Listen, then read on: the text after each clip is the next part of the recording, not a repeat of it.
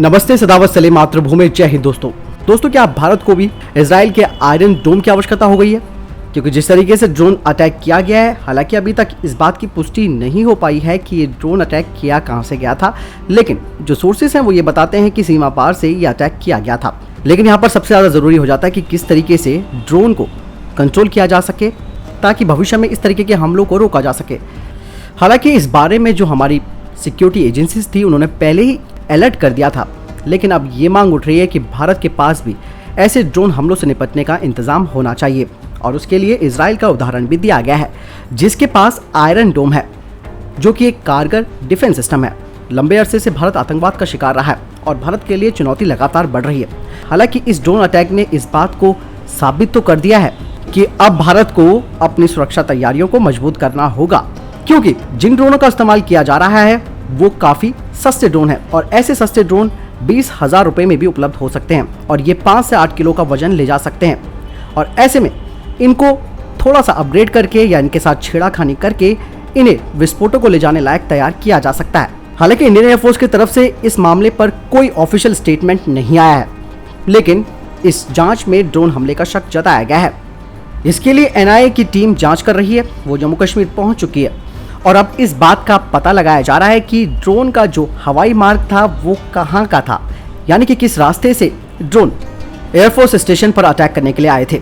आपको बता दें कि जम्मू हवाई अड्डा और अंतर्राष्ट्रीय सीमा के बीच की दूरी केवल 14 किलोमीटर है, लेकिन इस हमले ने सुरक्षा व्यवस्था और एयर डिफेंस सिस्टम पर सवाल उठा दिए हैं। उन दावों की भी पोल खोल दी है जिनमें अक्सर सुरक्षा एजेंसियां दावा करती हैं कि एंटी ड्रोन तकनीक का इस्तेमाल किया जा रहा है, जिसे कि जम्मू के सभी सीमावर्ती इलाकों में स्थापित भी किया गया है।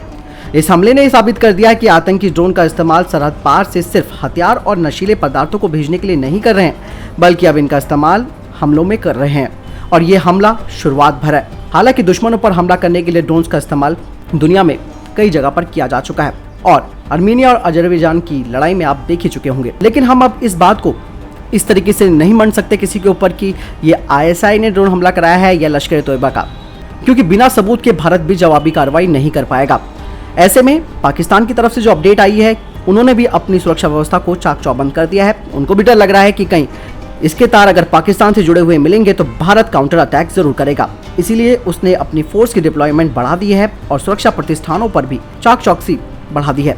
दुश्मनों का यह मकसद हो सकता है कि भारत को कश्मीर घाटी में फिर से भारी सैन्य इंतजाम तैनात करने के लिए मजबूर किया जा सके, क्योंकि ड्रोन से ज्यादा खर्चा नहीं आएगा और जिसका नतीजा एक प्रॉपर आतंकी हमले जैसा होगा। पाकिस्तान के लिए ड्रोन का इस्तेमाल एक फायदे का सौदा भी कहा जा सकता है। अभी तक इस दिशा में कोई ठोस प्रगति भी नहीं हुई है कि मार्केट में जो ड्रोन उपलब्ध है उनका रडार सिग्नल लो होता है। अभी उसकी काट हमारे पास नहीं है। ऐसे ड्रोन्स को सर्विलांस की बात खत्म करने के लिए महंगी मिसाइलों का इस्तेमाल भी करना अच्छा नहीं माना जा सकता, क्योंकि मात्र 20,000 के ड्रोन में आप लाखों के मिसाइल का इस्तेमाल करेंगे तो ये भी कहीं ना कहीं एक सही रणनीति नहीं होगी। इसीलिए उन्हें काउंटर करने के लिए सख्त इंतजाम करने होंगे, जो कि एक सस्ते विकल्प के रूप में भारत के पास होने चाहिए। सबसे पहले तो हमें अपने मिलिट्री रडार्स को और ज़्यादा अपडेट करना होगा और उन्हें इस लायक बनाना होगा कि वो छोटे से छोटे ड्रोन्स को ट्रैक कर सकें।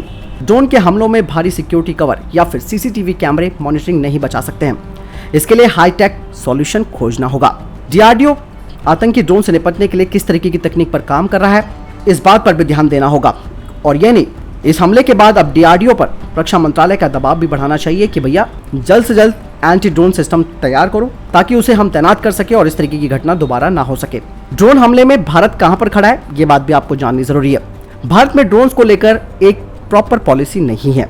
इस साल मार्च में सरकार ने अनमैन्ड एयरक्राफ्ट सिस्टम्स के लिए रूल्स जारी किए थे। इसके जरिए बड़े और मीडियम साइज के ड्रोन्स का इस्तेमाल केवल डिलीवरी करने के लिए मंजूरी दी गई। भारत में करीबन 50,000 ड्रोन्स काम कर रहे हैं।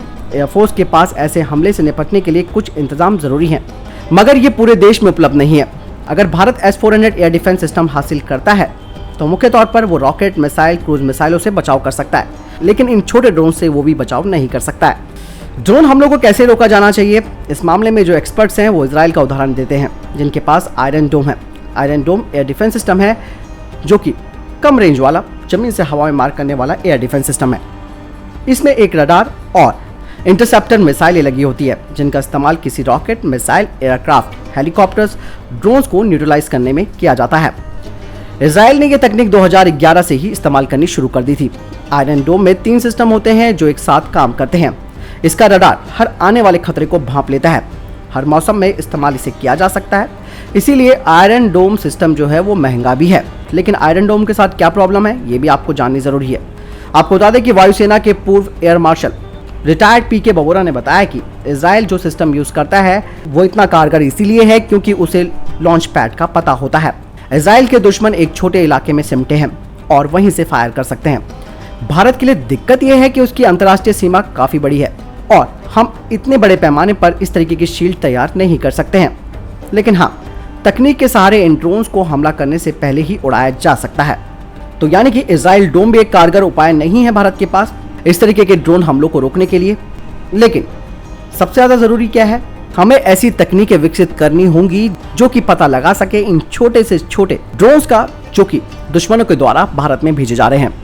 और दोस्तों, ये जरूरी नहीं है कि आतंकी सीमा पार से इन ड्रोन का इस्तेमाल कर सकते हैं। वो इन ड्रोन का इस्तेमाल भारत में रहते हुए भी कर सकते हैं। इसके लिए उन्हें कुछ खास करने की जरूरत नहीं है।